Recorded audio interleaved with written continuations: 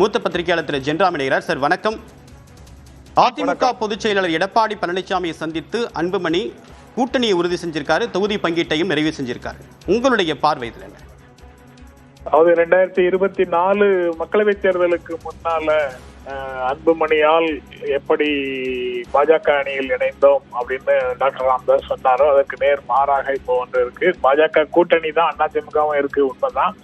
ஆனா அவர் முதல்ல போய் அதிமுக தலைவரை பார்த்து அவர் அதிமுகவோடு அதிமுக பாஜக கூட்டணியில் தன்னை இணைத்துக் கொண்டார் அப்படின்றது அவர் ஒரு பதற்றத்துல இருக்காரு. சேஃபான ஒரு இடத்துக்கு முதல்ல போகணும், பாஜக இருக்கிற இடத்துக்கு முதல்ல போயிடணுங்கிற மாதிரி போய் சேர்ந்திருக்கிறதாக முதல் உணர்வு வருது.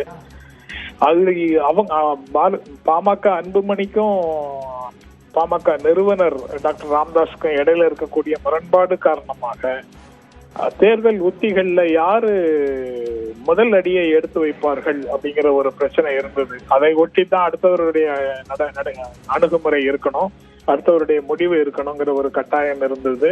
அவங்க ரெண்டு பேரும் ஒரே அணிக்குள்ள சேர முடியாது அப்படின்ற ஒரு சூழ்நிலை இருப்பதாக ரெண்டு பேரும் சொல்வது உண்மையாக இருந்தால் அவங்க முதல்ல யார் அடி எடுத்து வைக்கிறாங்கிறது ரொம்ப முக்கியமான செய்தி. அதை ஒட்டி தான் அடுத்தவருடைய நடவடிக்கை இருக்கும். இப்ப இவர் அதிமுகவோட சேர்ந்துட்டாருன்னா இப்ப டாக்டர் ராமதாஸுக்கு 3 வாய்ப்புகள் இருக்கு. தனித்து போட்டிங்கிற ஒரு வாய்ப்பு. ஆனா அவருக்கு இருக்கக்கூடிய தொண்டர்களை மீண்டும் இந்த பக்கத்துக்கு, நிர்வாகிகளை மீண்டும் இந்த பக்கத்திற்கு ஈர்ப்பதற்கு வெற்றி தான் இப்போ முக்கியமானது. இந்த தேர்தலில் யாருக்கு அதிகமான எந்த கூட்டணியில யாருக்கு எத்தனை இடங்கள் கிடைக்கும் அப்படிங்கிறதை விட எந்த கூட்டணியில் சேர்ந்து அதிக இடங்களை அவர்கள் பெறுவார்கள்ங்கிறது தான் இருவருக்கும் இடையில உண்டான போட்டியாக இருக்கும். அதுதான் மக்கள் ஆதரவு பெற்ற பாமக ஃபேக்ஷன் நாங்க தான் அப்படின்னு அவங்களால கிளைம் பண்ணிக்கிறதுக்கு வசதியாக இருக்கும். அதனால அவர் தனித்து போட்டியிடுவது என்ற முடிவுக்கு அவர் போக மாட்டாரு அப்படின்னு நினைக்கிறேன். அதனால அவருக்கு மீதி இருக்கக்கூடிய 2 வாய்ப்புகள் தவேகாவோடவோ திமுகவோடவோ சேர்வதுதான். தவேகாவோட சேர்வதற்கான வாய்ப்புகளை அவர் எப்படி பார்ப்பார்னு அவருக்கு இயல்பாகவே ஆரம்ப காலத்திலிருந்து ஒரு சினிமா நடிகர்கள் மீது ஒரு ஒவ்வாமை அப்படிங்கிறது அவருடைய அரசியல் அணுகுமுறையில இருந்து வந்திருக்குது. அது இன்னும் இருக்கா இல்ல இன்று அரசியல் ரீதியாக அவர் ஒரு பொசிஷனுக்கு தள்ளப்பட்டிருக்கிறாரு.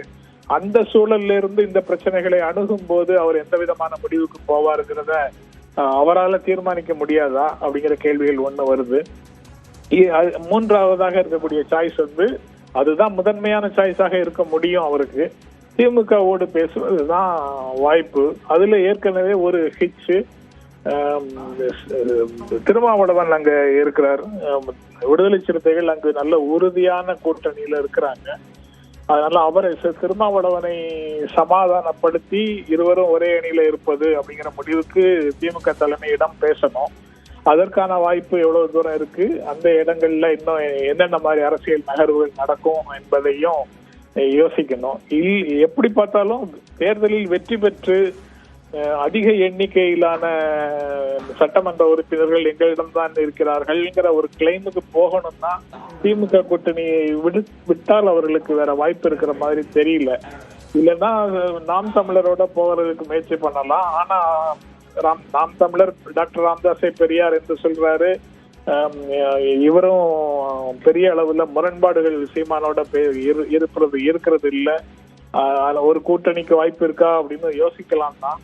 ஆனா ஜெயிக்க முடியுமாங்கிற கேள்விக்கு வரும்போது அவருடைய ப்ரையாரிட்டி, அவருடைய முன்னுரிமை அங்க இருக்காது அப்படின்னு நினைக்கிறேன். அதனால திமுகவோடு பேசுவதும் விடுதலை சிறுத்தைகளோடு சமரசமாக போவதற்கு வழி இருக்கான்னு பார்க்கறதும் தான் அவர் கண்ணு முன்னால இருக்கக்கூடிய ஒரே பிரச்சனையாக தெரியுது. தவேகாவை ஒரு அரசியல் கட்சியாக ராமதாஸ் கருத தொடங்கி விட்டாரா அல்லது சினிமா கவர்ச்சியால ஈர்க்கப்பட்ட இளைஞர்கள் கொண்ட ஒரு அமைப்பாக அவர் நினைக்கிறாரா என்பது குறித்து தெளிவான கருத்து என்னங்கிறது புரியல. அதை ஒட்டி தான் அவருடைய நடவடிக்கைகள் இருக்கும்னு நினைக்கிறேன். விரிவான கருத்துக்களுக்கு மிக்க நன்றி திரு ஜென்ராம்.